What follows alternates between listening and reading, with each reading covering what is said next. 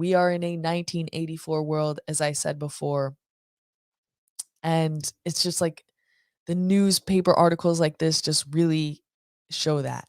So this is a New York Magazine article, and we see the mandates falling, right? We see DC gave up their mandate, Boston gave up their mandate. They're talking about maybe New York City is going to give up their mandate. I believe Eric Adams kind of acknowledged that they're a little bit pointless, but he's like, we've already done this politically, so we're going to keep going. But I can see them, they have to. They can't stay up forever. But who knows? I could be wrong. But here we have Kyrie Irving and it says continuing to penalize unvaccinated athletes like Irving and Novak Djokovic makes little sense, even if it feels good. See, they're just outright admitting that this is all just about emotions and politics, and it doesn't make sense. It doesn't make sense. It never made sense. Unfortunately, it's time to let Kyrie Irving play in New York City. Like, it's just so disgusting. It's so gross. Really? Unfortunately, it's time to let these people who made rational decisions participate again in society? Oh no. But that's why we need more people to stand up and to speak out, because you're crazy when you're that one person in your room speaking into your computer screen. You're crazy when you're that one person typing on your computer, posting a blog every day. You're crazy when you're one of 10 people marching through the streets talking about my body, my choice. But when you have people all across the country standing up to this madness, when you have people who are willing to sacrifice everything to speak the truth, that is when this madness can no longer stand. And I know there's people out there with businesses that say, yeah, but everybody sees things differently and I'm apolitical and I don't want, I have my business. I get it. But I gave it all up. I didn't own a business, but I had a job with a nice salary and nice benefits. And I said, no, you're not going to tell me what I can put in my body. And I gave it up. And I would do it again. I'm still doing it. I'm out here holding the line and I will not sign anything. And another person who did that is a Brooklyn business owner who somebody I also have the honor and pleasure of knowing, being able to dine at his establishment. And that is Josh Stallman, the owner and CEO of Threes Brewing out in Brooklyn. And I met him, another person I met through Twitter, and he opened up his restaurant to me and we met up and started just talking about everything and the mandates and now he's being thanked by being canceled, essentially. So you may have seen an article in the Patch. Threes Brewing CEO calls vax mandate crime against humanity. Founder Josh Stallman spurred outrage when he took to Twitter Wednesday to decry the COVID-19 vaccine mandate and those who support it. So he made a post on Twitter and it said this: if you're not speaking out against them, you are a conspirator. Everyone is entitled to their own opinion. Yours just happens to be unscientific, immoral, and evil. And so this is for sure that's a pretty definitive statement. It's not too far off from things I've said myself. I, over a year ago, and it was not in the context of mandates at this point, it was in the context of the schools being closed and just the continuation of leaving kids last and businesses still being limited and people not being allowed to fully worship. I'm like, this is how it happens. It's a slow march. And I put out the poem about, first they came for the communists and then they came for these people and then they came, and I was called anti-Semitic. Mind you, I'm Jewish. My great grandfather came over from Prussia, which was a thing at the time, in 1918 to escape a lot of the anti-Semitism that was going on. So I see more or less what Josh sees. And unfortunately, people in Brooklyn, in that neighborhood, and the other people who he works with, who work for him, mind you, do not see it that way. So they come back and they say things like this. So the tweet sparked an almost instant backlash from Brooklynites, including a medical scientist who work on COVID-19 therapies and a local city council member who shared that they would no longer support the brewery on the basis of Stallman's opposition to vaccine mandates. Right? Not This isn't about the vaccine. This is about vaccine mandates. They're like, "Oh, you're against vaccine mandates, then we don't support you. You support medical freedom and medical choice, we don't support you." Seth Polak, a former loyal customer of Gowanus Brewery, told Patch he won't go back to Threes Brewing. He also made a point on Twitter. I was really disappointed, Polak told Patch. It's sad to feel there's misinformation. It's sad to feel there are misinformed people in the neighborhood who aren't using their resources to keep us all safe by enforcing public health mandate. So just repeating back the line. This is about health and safety. And if you don't support the mandates, you must be a really awful person. And to make that comparison is anti Semitic. Mind you, Josh has family who survived the Holocaust. I believe someone who even died in the Holocaust. And so I actually want to share with you Josh's response. He wrote a Substack, and I think that he just puts it really well, responds to a lot of these points, and articulates why he said what he said very well. So he wrote, make it nice and big. The past few days have been a whirlwind due to my comments I made on my personal Twitter account. Due to the reaction, I feel it's important to share my thoughts. First, I just want to say how much I appreciate hearing from my friends, family, and strangers who have come out both publicly and privately, supporting my right to speak my mind. I can't thank you enough. As to the specific tweets comparing vaccine mandates to historical atrocities, I stand by my comments. If we are silent about these unjustifiable and discriminatory mandates and the consequences people are facing because of them, we are capitulating to fear and abandoning the dream of an inclusive, just society. We are forgetting what it means to be human.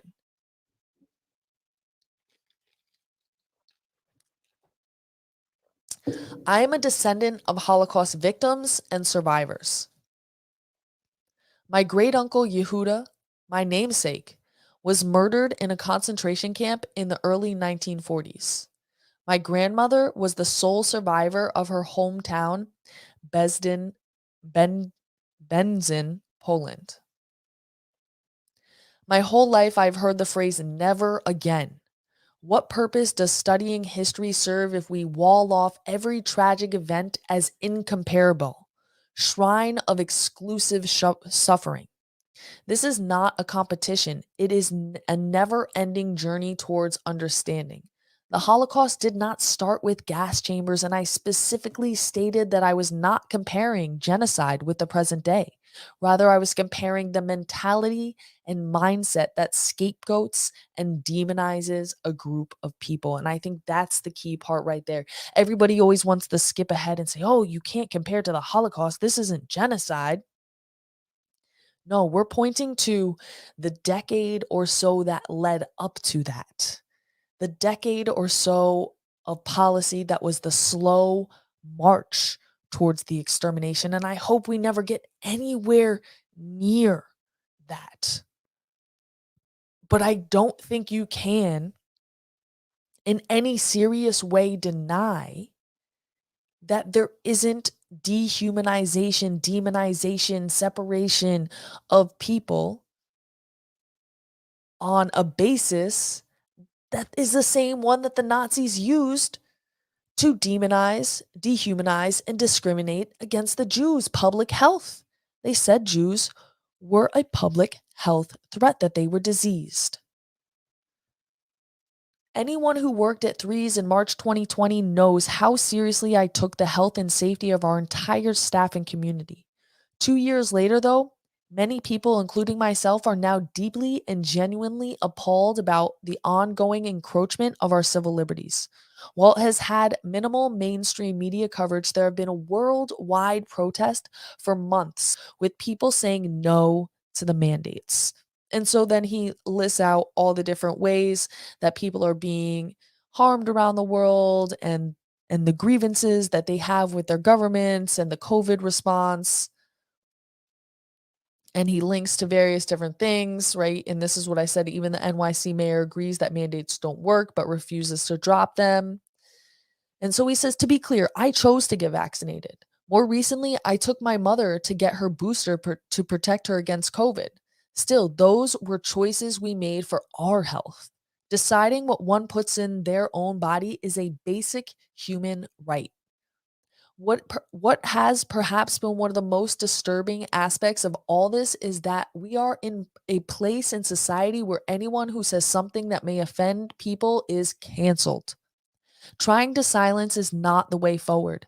It is a dangerous world where we cannot say what we believe is right out of fear of losing everything we work so hard to build.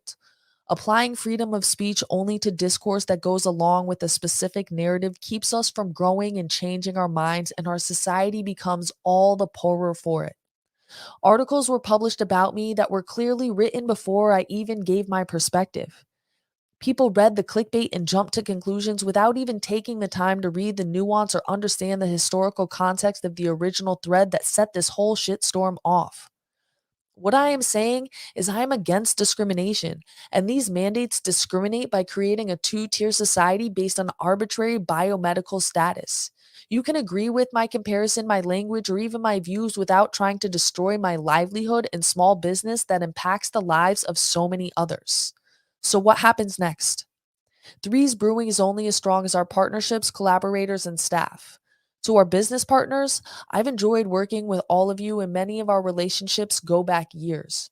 We've done some great things together, and I am confident that you have seen that I am a man of honor and integrity.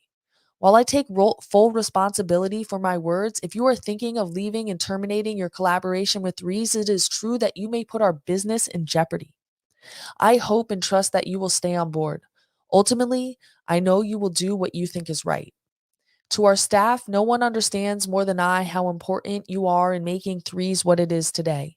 You have to follow your own hearts and judgment in regards to your future at the company. But I implore you to be open to the possibility that my passion for this issue goes beyond the success of our business. I must stand behind the values that we as a company have always prided ourselves on. Inclusion of all. I've spent almost a decade in my life working to build Threes Brewing with the blood, sweat, and tears alongside a team that is world class. The last two have been particularly grueling as we overcame a once in a lifetime event, but we made it to the other side and we saved the jobs of every single person on our team, an accomplishment I will wear as a badge of honor for the rest of my life. I love this company, and I hope everyone associated with it can see that I am fighting for something just.